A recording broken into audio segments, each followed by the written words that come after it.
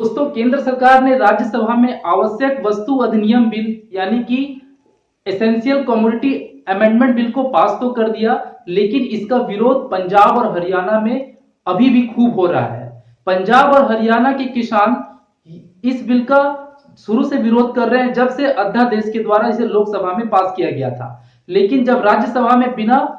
विपक्ष के सांसदों की वोटिंग और बिना चर्चा के इस बिल को पास किया गया, तो इसको लेकर के 25 तारीख को किसानों ने जो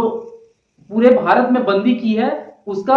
असर आपको 25 तारीख को देखने को मिलेगा। इस विरोध के बिल में राज्यसभा सांसद आम आदमी पार्टी के संजय सिंह को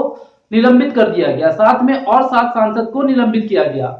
इस बिल में क्या है और क्यों इसका ज्यादा विरोध हो रहा है, इसके पीछे मुझे ये बताने के लिए आज आना पड़ा, क्योंकि बिहार और झारखंड में अधिकतर किसान तो ये तो जान रहे हैं कि ये जो है किसानों के हित में ये बिल नहीं है। इसीलिए इसका विरोध इस लॉकडाउन में, इस कोरोना के काल में भी हरियाणा और पंजाब के किसान कर रहे हैं। लेकिन उनको अभी तक ना तो न्यूज चैनलों के माध्यम से ये जानकारी दी गई है कि ये बिल क्या है, ये किस तरह से उनके फायदे के लिए है या नुकसान के लिए है, ये बिल्कुल भी स्पष्ट नहीं किया गया है। कुछ एक जो सोशल मीडिया के सोशल वर्कर हैं या समाज पौधा रखने वाले लोग हैं, उन लोगों ने आकर के बात को सामने रखा और यूट्यूब में भी आप जाकर के इस बिल के बारे में जानकारी प्राप्त कर सकते हैं। लेकिन जो मेन स्ट्रीम मीडिया है, उससे तो आप उम्मीद मत रखिए। वो दिन रात उन खबरों को दिखा रही है जिनका हमारे किसानों की खेती और उनके आय से कोई लेना देना नहीं है। तो मैं बता दूं कि 1955 में एक कानून लाया गया था, उस समय कांग्रेस के समय, कि कोई भी जमाखोरी नहीं कर सकता, यानी भंडारण नहीं कर सकता। तो यानी भंडारण का मतलब होता है कि आप स्टॉक करके सामानों को नहीं रख सकते।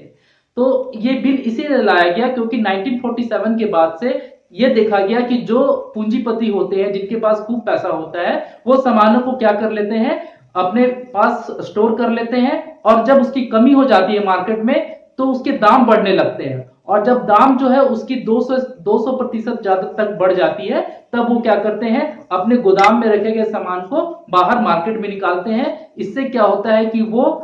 4 गुना या 5 गुना प्रॉफिट कमाते हैं, जबकि किसान को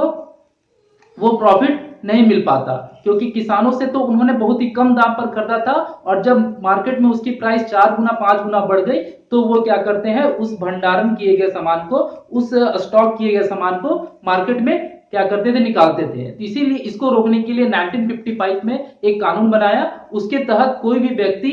सरकार का जो नियम है उससे ज्यादा भंडारण नहीं कर सकता, और उसके बाद से सारी चीजें चल रही थी। लेकिन ये जो नया बिल पास हुआ है, इसमें जो है स्टॉक करने की यानी भंडारण करने की जो क्षमता है, उसमें खुली छूट दे दी गई है। मतलब अगर मेरे पास 100 करोड़ रुपए है, तो मैं 100 करोड़ रुपए का आलू अगर हो रहा है मेरे क्षेत्र में, तो उसे मैं भंडारण चाहे जितना मर्जी कर सकता हूं। तो इसका मतलब ये हुआ कि आपने तो जमाखोरी को लेकर के पूरी छूट दे दी। अब आप ही बताइए कि कोई किसान अगर मान लीजिए एक ट्रैक्टर जो है आलू उपजा रहा है, तो वो चाहेगा कि उसको ज्यादा प्रॉफिट हो। तो ज्यादा प्रॉफिट के लिए तो वो सड़कों पे लेकर तो बैठ नहीं सकता, क्योंकि कुछ टाइम के बाद वो खराब होने भी लगती है, और कोई भी ऐसा व्यक्ति नहीं है कि जो उसको जगह उपलब्ध करवाएगा कि वो 10 दिन तक उस मंडी में या बाजार में बेच सके। क्योंकि कोई भी व्यक्ति ये नहीं चाहता है कि कोई जगह वो किसी को दे तो 10 या 12 या 1 महीना के लिए दे, वो चाहेगा कि 12 महीनों के लिए दे। तो किसान क्या करते हैं कि उस जो उसकी उपज होती है, मान लीजिए उसका एक ट्रैक्टर जो आलू है, वो बाजार समिति को दे देते हैं, वहां पे उसकी नीलामी लगती है और उसे उसका जो है उसका मूल्य प्राप्त होता है। लेकिन अब क्या है कि इस नए अमेंडमेंट बिल के तहत जो लोग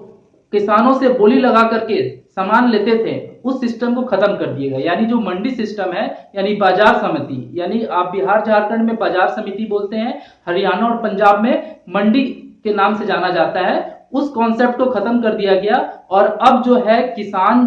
का जो उपज है, वो डायरेक्ट कॉन्ट्रैक्ट फार्मिंग के जरिए, यानी कॉन्ट्रैक्ट फार्मिंग में एक कोई पूंजीपति या बिजनेसमैन पूरे गांव के पूरे जमीन को गोद ले लेगा, और वो अपने बिजनेस के लिए जो चीज चाहता है, जैसे मान लीजिए कि उसकी आलू चिप्स बनाने वाली फैक्ट्री है, तो वो क्या मतलब फोर्स करेगा किसानों को कि आप आलू ही उसमें बोइए, और उसकी कीमत जो है वो पहले निश्चित कर देगा कि मान लीजिए कि 25 रुपए किलो आलू के हिसाब से उसे भुगतान किया जाएगा पूरा खेती होने के बाद। अगर मान लीजिए खेती अच्छी हुई और आलू का सीजन जब अच्छी तरह से समाप्त हो गया और आलू तैयार है और उस समय अगर मार्केट में 50 रुपए किलो आलू है, तो वो किसान उस कॉन्ट्रैक्ट के कारण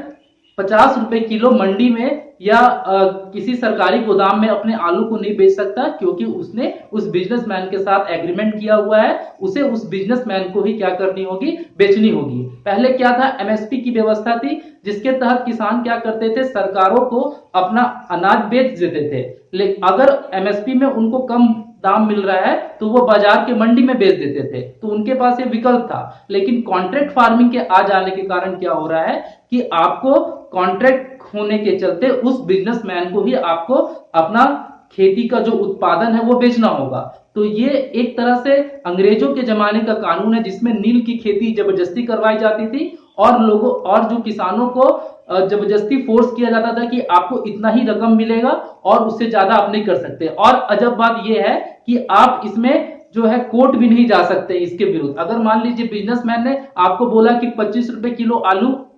जो हम भुगतान करेंगे, लेकिन वो 25 रुपए किलो ना दे के 20 रुपए किलो आलू का ही आपको भुगतान किया, तो इसके लिए आप कोर्ट भी नहीं जा सकते। इसीलिए देश भर के जो किसान हैं इसका विरोध कर रहे हैं, ताकि जो सिस्टम बना हुआ है बाजार समिति का, मंडी का, वो खत्म ना हो जाए। और ये दूसरी बात है एमएसपी, जैसे अभी मोदी जी ने ट्वीट किया कि जो एमएसपी की व्यवस्था है वो बनी रहेगी, लेकिन वो इसको लिख के नहीं दे रहे हैं। यानी कि ये एमएसपी की व्यवस्था भविष्य में खत्म भी हो सकती है, क्योंकि एमएसपी की व्यवस्था का जिक्र यह नहीं किया गया है बिल में कहीं भी कि एमएसपी की व्यवस्था बनी रहेगी। वो सिर्फ किसानों के आंदोलन को काबू करने के लिए उन्होंने ये ट्वीट किया है कि एमएसपी की व्यवस्था बनी रहेगी। तो बिहार और झारखंड के जो भी किसान भाई मेरे इस वीडियो को देख रहे हैं, वो आप समझिए इस बात को कि आपका जमीन जो है अब आप उसके मालिक ना के बराबर है, क्योंकि आपके उस जमीन को कॉन्ट्रैक्ट फार्मिंग के लिए बिजनेसमैन लोग लेंगे और अपनी चाहत के मुताबिक फसल को उसमें उपजाएंगे और जो उनका मन होगा उस हिसाब से आपको वो पैसा देंगे। अगर जो आपका तय हुआ है पैसा उससे ज्यादा मार्केट रेट हो गया तो वो आपको मिलने वाला नहीं है। सपोज कीजिए आपने 25 रुपए किलो जो है आलू का बात हुआ और मार्केट में जो है आलू का रेट 40 रुपए किलो चल रहा है, तो आपको 25 रुपए किलो ही मिलेगा या उससे कम भी मिल सकता है, और आप इसके लिए मुकदमा भी उस कंपनी पर नहीं कर सकते हैं। इसीलिए आज तो आम आदमी पार्टी पूरे देश भर में विरोध प्रदर्शन कर रही है, और कल जो है किसानों का जो विरोध प्रदर्शन है उसमें जरूर शामिल होइए, पूरी ताकत के शामिल होइए और किसी तरह का हिंसा नहीं करते हुए शांतिपूर्वक प्रदर्शन कीजिए, क्योंकि प्रदर्शन करना हमारा मौलिक अधिकार है और ये हमसे कोई नहीं छीन सकता। तो मिलते हैं नेक्स्ट वीडियो में, और भी बातों को मैं बताऊंगा ताकि आप जो इस अराजकता के माहौल में ये बिना विपक्ष के कानून को पास किया जा रहा है उन सभी बातों से अवगत हो सके। जय हिंद, जय भारत, जय जवान, जय किसान।